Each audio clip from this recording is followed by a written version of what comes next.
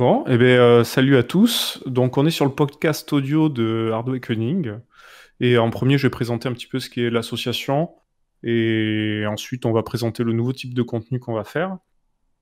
Et après, on va débriefer toutes les news de la semaine. L'objectif, ça sera voilà, de fournir une vision sur toutes les nouveautés qui sont sorties au niveau de la presse française et d'en débattre un petit peu. Donc, Hard Awakening, c'est un regroupement de passionnés. Regroupement de passionnés autour du hardware, des nouvelles techno, et on était un ancien site de presse aussi, donc là on a mis la presse un petit peu sur le secondaire pour passer sur un format podcast audio. On espère que ça va prendre. Le but, ça sera voilà, d'avoir un maximum d'interaction avec la communauté, et donc de fournir du contenu régulièrement, une fois par semaine, et des gros podcasts une fois par mois, toujours donc à plusieurs. Donc moi, c'est Benoît, donc je suis le président de la structure. Et là, je suis en compagnie d'Alexis, alias Phaser, qui est membre de l'association et rédacteur. Donc je vais le laisser commencer sur une news qui lui plaît. Et ensuite, on enchaînera. Bon, vas-y Alexis, je te laisse faire. Et ouais, merci pour cette introduction. Donc voilà, dans ce podcast, nous allons nous occuper de résumer les news, les différentes news qu'il y a eu sur le thème du hardware durant la semaine passée. Donc ce sera une émission hebdomadaire qui sera récurrente, en plus d'autres podcasts qui traiteront de sujets plus généraux. Yes. Et du coup, pour commencer avec la première news de cette semaine que j'ai vue, c'est Raspberry. Raspberry, l'entreprise très connue pour les petites cartes de contrôle qui sont très utilisées dans la domotique, les objets connectés et les différents projets pour particuliers, qui est notamment connue pour les Raspberry Pi 4, 3B+, et toutes ces petites cartes, qui vient de lancer du coup le Raspberry Pi 400, qui est en fait un mini-ordinateur intégré dans un clavier. Donc ça reprend la base de la carte de la Raspberry Pi 4, la toute dernière carte de contrôle qui était sortie de leur marque, qui a été intégrée dans un clavier, un petit clavier tout chiclette, membrane, avec toutes les sorties à l'arrière. Donc on retrouve notamment un port micro SD pour carte micro SD, deux sorties mini HDMI, le port d'alimentation bien évidemment, deux ports USB 3.0, un port USB 2.0 et une sortie Ethernet. Le tout pour 70$ ou 75 € en France. Et du coup, c'est quoi? Donc c'est un clavier, tu le branches direct à ton écran? C'est quoi? Ça. C'est comme un all-in-one en gros où ouais, tu c'est ça. peux travailler dessus? Ça reprend un peu ce qu'il y avait, les vieux PC qu'il y avait à l'époque où on avait tout dans le clavier. Et ouais, genre les PM, ouais. Ouais, voilà, tous ces genres de choses. Et ouais, donc voilà, donc on a la carte on a la Raspberry Pi 4 qui est intégrée dans le clavier. Donc avec 4 Go de DDR4 et un quad-cœur A72, un ARM. Ah oui, quand même. Ouais, l'ARM, ouais. Qui a été overclock par rapport à la carte de base. Parce que sur la Raspberry Pi 4, le processeur est à 1,5 GHz. Alors que dans ce clavier, il est overclock à 1.8. Ils ont mis de la dissipation? Genre, t'as pu voir s'il y a des radiateurs? Il y a de la grosse dissipation à l'intérieur du clavier. Alors, j'ai pas la photo sous les yeux, mais je sais que oui, il y a une grosse dissipation sur toute la longueur du clavier. Ok. Bien que il y avait quand même de la place pour acheter 2-3 choses supplémentaires, je trouve, mais bon, c'est déjà pas mal. Ouais, peut-être dans une éventuelle mage, ils rajouteront ça. Peut-être. Après, on verra bien. On a de la connectivité Wi-Fi, on a du 802.11 assez normal. On a du Bluetooth 5.0. Ok. Et voilà, c'est pas mal quoi. Alors, c'est vendu en clavier simple. Alors, la version AZERTY est disponible en France.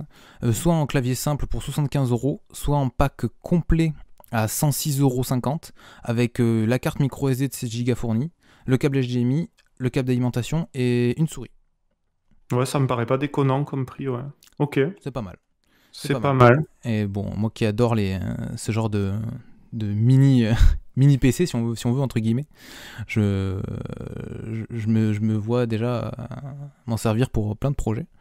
Et c'est pas mal pour ceux qui souhaitent un petit PC de bureautique, pourquoi pas, entrée de gamme, hein, pour ceux qui ont vraiment pas d'argent et qui souhaitent vraiment quelque chose pour naviguer. Hein.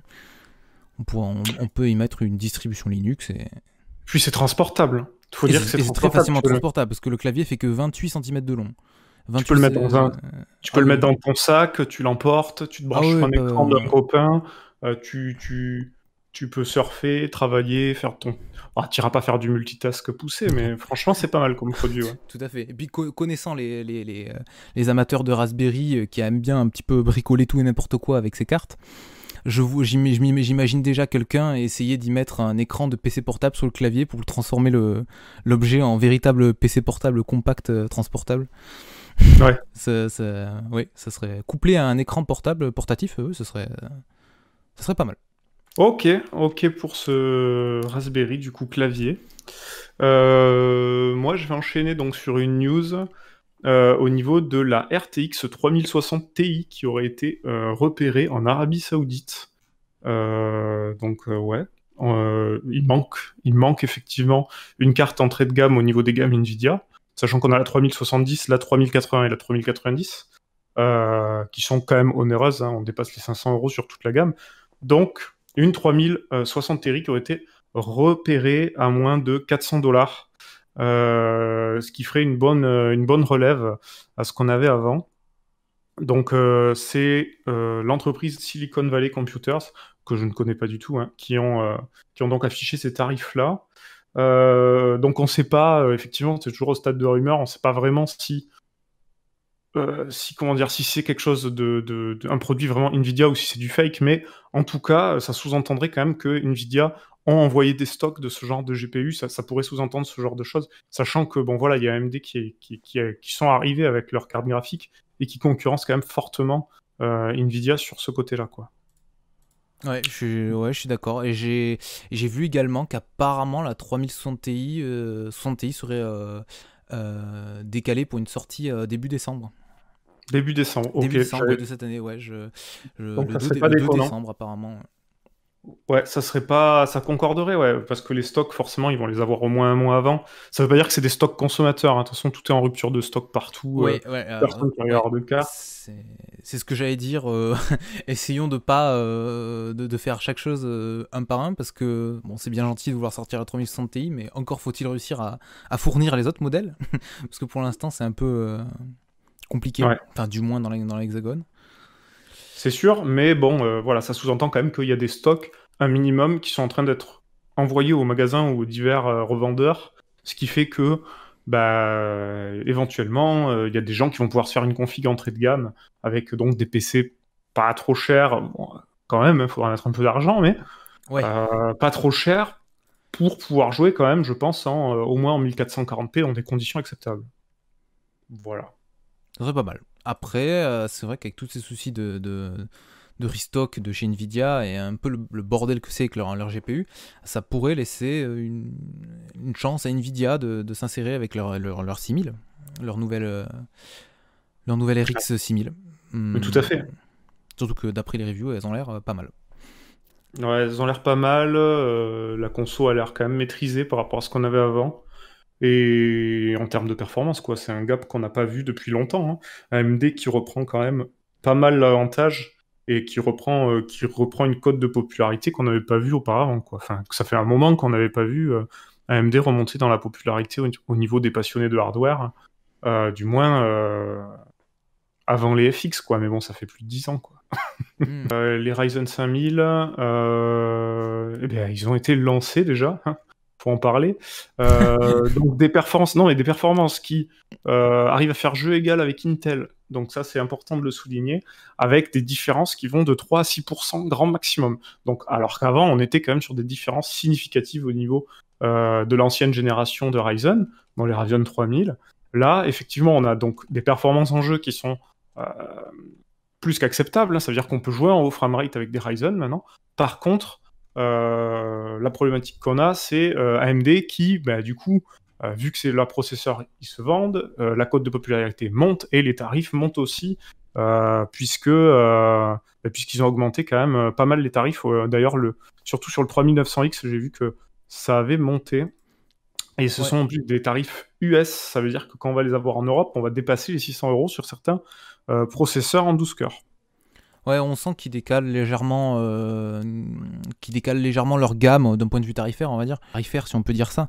Genre, à l'ancienne gamme, vers les $300, on avait les 3700X. C'est ça, c'est ça. Alors que maintenant, Et c'est le 5600X qu'on a à ce c'est niveau. ça, et du coup, ça crée débat. Il y a débat au niveau de la sphère Internet sur l'intérêt d'Intel. Alors effectivement, Intel, bon, voilà, ils ont une finesse de gravure en retard, ils consomment plus maintenant. Hein. Les chauffe, c'est pas forcément maîtrisé, même si sur Ryzen, sur les puces avec plusieurs die, c'est quand même discutable. Mais effectivement, il y a l'intérêt d'Intel qui ressurgit puisque le 10600K est trouvable à 250 €. Ouais, Donc, c'est vrai que ouais, un tel qui débarque en entrée de gamme, enfin, en entrée de gamme intéressante, c'est ça, je m'y attendais pas trop. Parce qu'il y c'est surtout a... que les prix chutent, quoi, parce que les Ryzen sont sortis, mais sont trop chers. Ils ont des bonnes performances, mais ils sont beaucoup trop chers par rapport aux gammes Intel. Mais bon, faut rappeler que c'est un lancement, donc ça va sûrement se tasser. Oui, on est sur du MSRP, je pense que ça va baisser comme les Ryzen 3000 avaient déjà baissé à l'époque. Hein. Enfin, à l'époque, Probablement. même, Mais bon, même toujours à l'heure actuelle. à l'instant T, ça crée quand même une polémique sur les forums, quoi. Bon, Voilà, après, ça donne envie. Je veux dire, moi, je vois le 5800X, là, 8 Core 16-13 à 4.7. Bon, ça donne quand c'est même sûr. un petit peu envie de s'y mettre. Hein. Alors, en news intéressante. Donc, moi, SSD RGB, donc c'est assez drôle comme sujet. Les marques qui s'y mettent toutes. Donc, en fait, ça me permettra d'enchaîner avec une autre news que j'ai pu apercevoir, que je vais essayer de retrouver. Désolé pour le fail. Hop, voilà, c'est bon. Donc, euh, les marques lancent des SSD RGB. Donc, pourquoi Très bonne question. Il y a les nouvelles consoles qui arrivent à grands pas, on va dire. Espace de stockage donc qui va être très limité, sachant qu'on a l'OS, c'est des consoles qui ont toutes 1 Tera de stockage, donc on a l'OS qui va prendre une bonne partie au niveau du SSD. Et donc toutes les marques se mettent à lancer des SSD externes, donc plug and play, hein, tu branches sur ta console, ça fait comme un disque dur externe, même chose. Tu enregistres tes jeux dessus, donc ça se formate tout seul et t'installes tes jeux dessus. Mais la mode est au RGB, puisqu'on a Adata qui ont lancé un SE 770G avec un look un peu hexagonal qui brille dans tous les sens.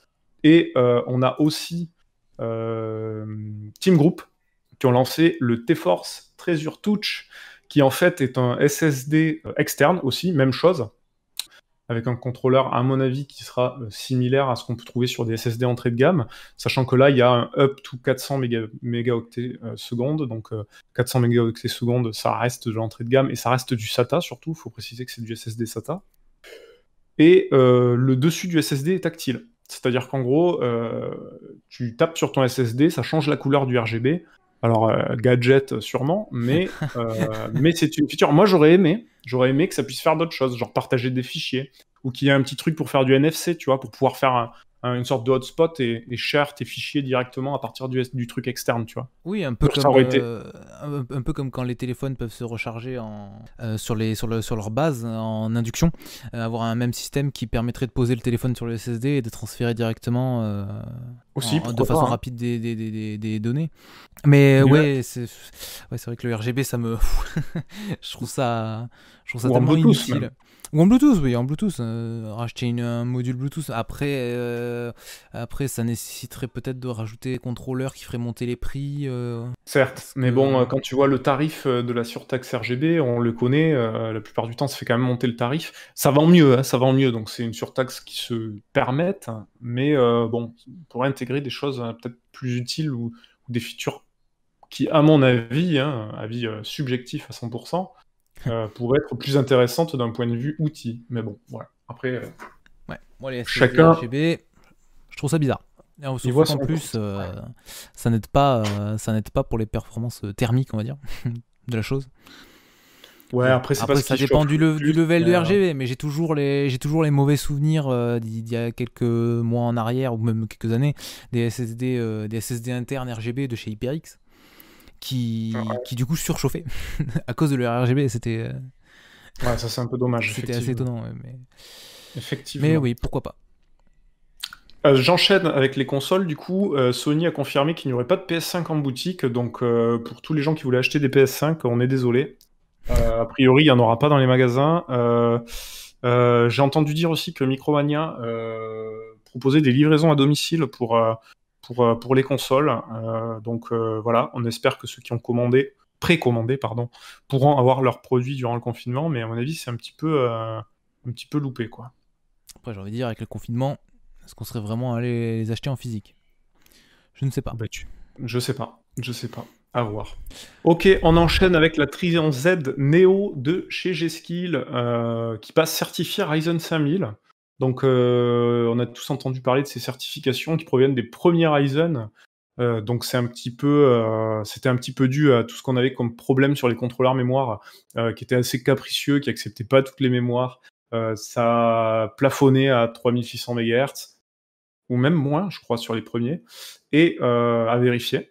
Et là, donc, on aurait des kits en 4000 MHz, CL16 19 19 39, ce qui est pas mal. Le tout pour 1.4 volts, et ça pourrait même descendre. Donc le casse descend en fonction de si on est sur de la 3600, donc la plus basse sera en 3600, la plus haute sera en 4000. Et quand on est en 3600, on serait sur du CL 14 15 15 35, ce qui est quand même pas mal du tout, je trouve. Donc nouveaux modules, toujours RGB, hein, les Trident Z Neo, c'est des modules RGB avec un look que tout le monde connaît un petit peu. Ils sont vachement hypés dans le milieu hardware, on va dire. Et donc qui débarque en 2x16 Go, 4x16 Go, 4x8 Go et 2x8 Go. Donc ouais, en tous les formats, donc toujours avec du BDI et tout ce qu'on connaît dessus. Hein. Moi, voilà, les 3614 sont, je trouve que c'est les plus intéressantes. Enfin, non, encore plus la 3800. La 3800 14 16 16 36 à 1.5 en 2x16 Go, très intéressant. Voilà, intéressant, mais 2x16 Go. Voilà, donc c'est un kit, c'est dommage. Moi j'aurais aimé, mais oh, c'est déjà pas mal. 32 Go, ça suffit pour la plus grande. C'est pas ça que j'entendais, c'était plus que c'est plus. Ça aurait été sympa d'avoir un kit avec les mêmes timings, la même tension, ou même tension moindre, peu importe, mais qui soit en 2x8 Go, qui est le choix pour ceux qui veulent prendre que 16 oui, tu voulais le 2x8, oui. Ouais, voilà. Je trouve que c'est bien, mais c'est dommage d'avoir limité qu'à ça. C'est clair. Voilà. Tant qu'on est sur le sujet des RAM, j'en profite du coup pour enchaîner sur cette autre news. Un kit mémoire de chez Adata, encore une fois. Le XPG Spectrix D50, voilà ma prononciation au secours, qui a été haussé à 5300 MHz. Ah oui. Sur une MSI Meg B550 Unify X. Carte mère ultra haut de gamme chez MSI, en couplé à un 4750G, les APU de chez Ryzen, qui sont normalement disponibles qu'en OEM. Ok, on a des infos sur la tension et la fréquence, enfin pas la fréquence, mais et les timings qui ont été appliqués. Pour les timings, on est sur du 19, 28, 28, 48. Et pour la la tension, ouais. Pour la tension, oui. Bon, ça doit être quelque chose de démesuré, hein, sans doute. Ah, si, je l'ai là. Non, je l'ai pas là. Ah non, ce n'est pas indiqué. Ce n'est même pas indiqué par la news, tu vois. Ok. Mais c'est assez impressionnant. Sachant que cette carte mère peut supporter jusqu'aux 5800 MHz, d'après les specs annoncés constructeurs. Okay. Et on était sur un kit de...